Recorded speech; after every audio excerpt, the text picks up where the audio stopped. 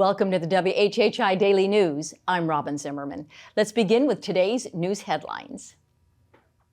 The victims of Alec Murdaugh's crimes are finally going to start to see some return for Murdaugh's dwindling assets. A court-appointed special referee has decided that 45% of Murdaugh's last assets will be divided up among the victims of the boat crash nearly 5 years ago now. The Beach family will receive 29% of the $1.8 million collected by the sale of Murdaugh's land holdings and liquidation of his 401k. Arthur Badger, one of the clients Murdaugh stole from, will receive 24%.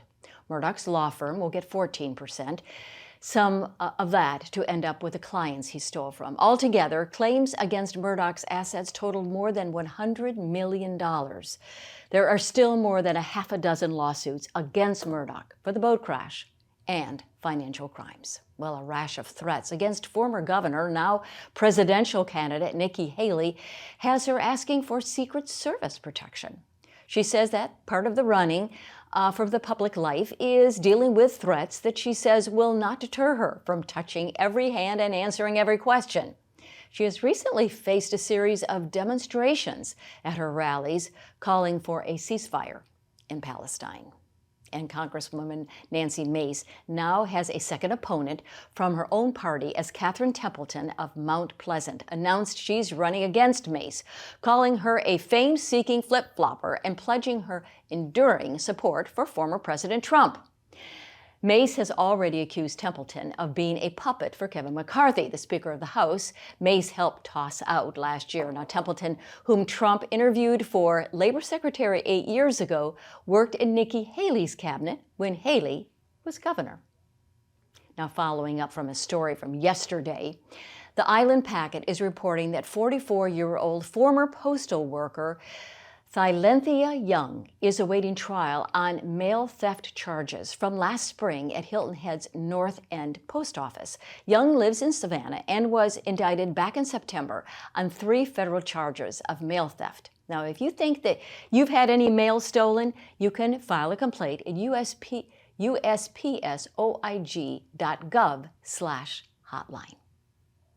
And finally, we've often told you about the grants awarded by the Community Foundation of the Lowcountry to nonprofits. Well, there's another group, the Coastal Community Foundation, that makes fewer but even larger grants, that has just announced that it will be granting $850,000 to the Penn Center and Habitat for Humanity of the Lowcountry. The Penn Center will receive $650,000 over the next 5 years to help resolve heirs property issues in the Lowcountry, while Habitat will receive $200,000 for its work building new homes and repairing existing ones. For more information on these stories and many more, please check out the media sources listed on your screen. And remember to follow us on Facebook and Twitter, and check out our website at WHHI-TV.com. If you have a news tip, a story idea, or even a cool weather photo, well, you can just email it to us at news@WHHI-TV.com. And now let's get an update on sports from Justin Jarrett. Justin? Hey, it's time for Last Night in the Lowco on WHHI, powered by LowcoSports.com. There was a big crowd in the deep end last night for a big-time wrestling showdown between two perennial powers, with the May River Sharks hosting Lugoff-Elgin in the third round of the Class 4A dual playoffs. And the matchup was as good as advertised, going down to the final bout.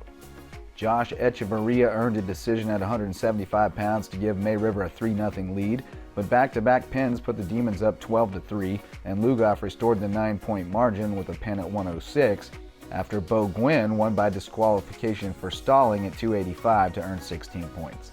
May River's Marcus Foulk caught a key pin against a highly ranked wrestler, and then Kaiden McCallum followed it up with a quick pin to give the Sharks their first lead, but an overtime battle at 126 went to the Demons and knotted it at 21.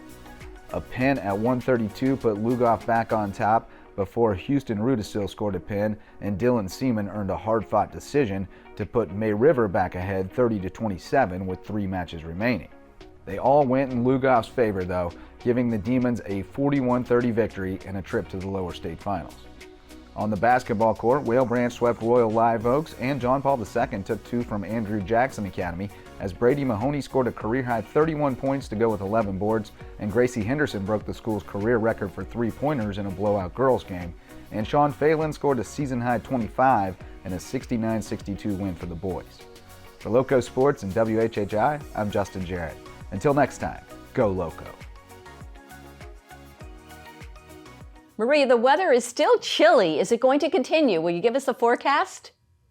Thanks, Robyn. Yep, so taking a look ahead, it does look like we have plenty of sunny weather, but the temperatures aren't really going to pick up until the weekend. So taking a look at Wednesday, again, it's going to be sunny with Hillnet having a high 53, a low of 36, Bluffton's going to have a high 55, a low of 33, and Beaufort's going to have a high 55 and a low of 35. The sunrise for Wednesday is going to be at 7:13 and sunset's going to be at 6:02. Taking a look at the beach tides, low tide's going to be at 2:13 p.m. and high tide's going to be at 7:05 p.m.